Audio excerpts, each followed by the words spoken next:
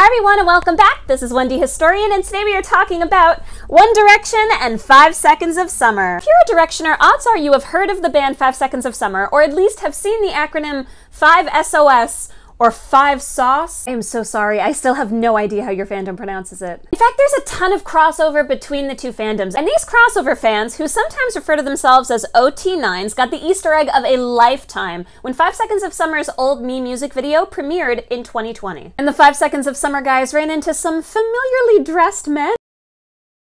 But what's at the root of this English love affair? Or English-Irish love affair? English-Irish-Australian love affair? Romance. In 2011, 4 Australian friends started a band and began uploading covers of popular songs to YouTube. They blew up almost right away, in large part because, as young as they were, it was clear that they were immensely talented, and undeniably in small part because they were cute. And in 2012, they released a cover mashup of One Direction's What Makes You Beautiful and One Thing, and attracted the attention of Directioners. Directioners have always viciously gatekept One Direction's music. Ordinarily, when someone attempted to cover 1D songs, Directioners would immediately blast them with hate, accusing them of being untalented and using 1D for attention, and on and on and on and on. Very curiously, Directioners actually loved 5 Seconds of Summer's mashup cover. It was acoustic, but with a slightly emo, edgy flair, very creative percussion, and on-point harmonies. And as we so often did with things that we liked and wanted the boys to notice, we started tweeting the link at them, tagging them in it. Much to our chagrin, there was never any acknowledgement. Or so we thought. 5 Seconds of Summer's popularity during this time started growing at an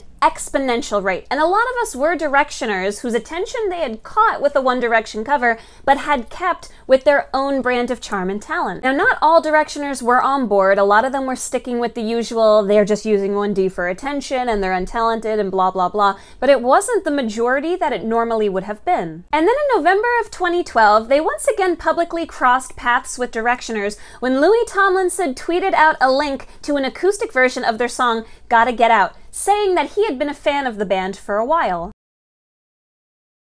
And a few weeks later, when they released their first single, Out of My Limit, Niall Horan retweeted a link to the music video. And at the start of 2013, it was announced that 5 Seconds of Summer would be the opening act on One Direction's Take Me Home tour in the UK, US, Australia, and New Zealand. Now, being One Direction's opening act, as well as an act that One Direction seemed to be fans of and also personal friends with, meant that the Directioner fandom's eyes were on 5 Seconds of Summer. Directioners have always gone out of our way to adopt the things that 1D loves, as well as attempt to get close with their family and friends. It's problematic from a privacy perspective. But 5 Seconds of Summer was in the public eye themselves, and so it felt totally safe and okay for Directioners to devour them and prove our love for 1D by mirroring 1D's love for 5 Seconds of Summer. Harry affectionately referred to them as the emos. All 9 boys posted pictures and videos of each other on social media, as well as interacting constantly. And there were plenty of onstage shenanigans as well.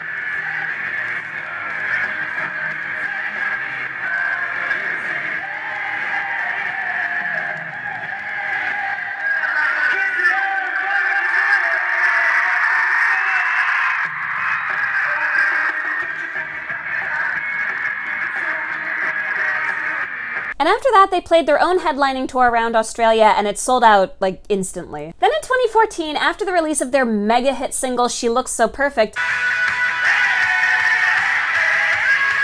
Seconds of Summer announced that they would once again be the opening act on One Direction's Where We Are tour. This was extremely surprising because since opening for them the year before, 5 Seconds of Summer had amounted a quite frankly wild amount of fame. But mostly fans didn't question it because we were just excited to see both bands live together again. Now, around this time in online spaces and especially at shows, we started witnessing a stunning phenomenon. Older fans began to shift away from the Directioner fandom and lean into the 5 Seconds of Summer fandom. The more popular One Direction became, the less popular it became to admit that you liked One Direction. Obviously, this was not the case in all spaces, but among veteran fans, and especially those of us who were upper high school, college, university age, there was starting to be a struggle with the public perception that One Direction was an untalented boy band for kids, teeny bopper, bubblegum pop. For those fans who were starting to be publicly shamed or embarrassed about liking One Direction, 5 Seconds of Summer offered an alternative. They had boy band appeal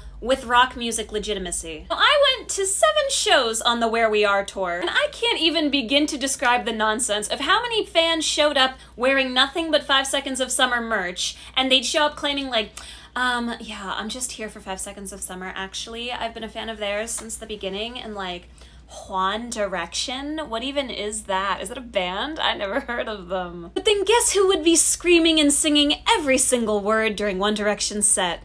Nice try. The whole thing was so silly. Then that summer, strange news broke. One Direction and 5 Seconds of Summer were both Sony bands, were both signed to Modest Management, had toured together, they were close. But no one had any idea just how close, until Billboard published an expose explaining that One Direction partly owned 5 Seconds of Summer. One Direction, as a collective, owned approximately 23% of the stock share of 5 Seconds of Summer. In the simplest terms possible, for every $1 5 Seconds of Summer made, One Direction made 23 cents. There was a lot of uproar about this. The general public was split as to whether it was shady for One Direction to ask their fans to financially support a band that they were profiting off of, or whether that was just good business sense. And fans were split over whether it was fair for 1D, who was already making all of the money on Earth, to take money from an up-and-coming band, or whether One Direction was fairly owed that money for discovering 5 Seconds of Summer and giving them a platform. After all, industry rumors have swirled for years that Louis Tomlinson was actually pushing for this band behind the scenes the entire time,